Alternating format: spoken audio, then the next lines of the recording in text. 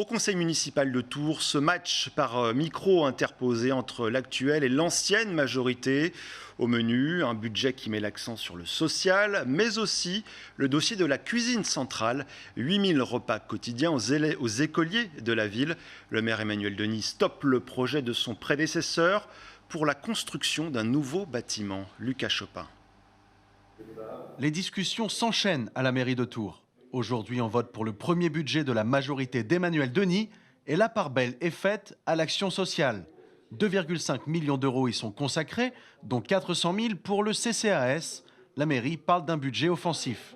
C'est un budget qui prend la mesure de la crise que nous traversons, ça c'est un premier sujet. Et c'est un budget aussi qui s'inscrit dans la durée et dans des réponses structurelles pour réduire sur le territoire de notre ville les inégalités qui sont trop nombreuses. Dans l'opposition, on salue le geste, mais on regrette certains investissements parallèles.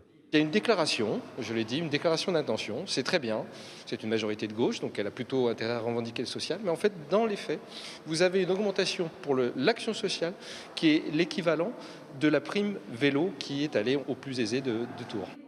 Parmi les autres sujets débattus aujourd'hui, celui de la cuisine centrale de Tours, la précédente majorité la voulait mutualiser avec celle du CHU.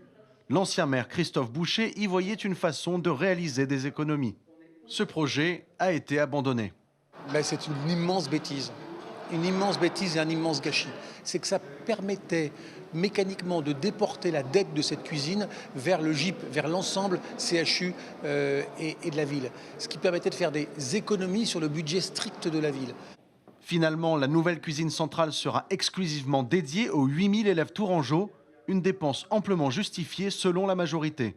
C'est un équipement structurant qui va alimenter toutes les écoles de la ville pendant les 30 prochaines années. Je pense que ça mérite qu'on y mette un peu d'argent au démarrage pour que ce soit un équipement qui réponde aux nouveaux enjeux de l'alimentation.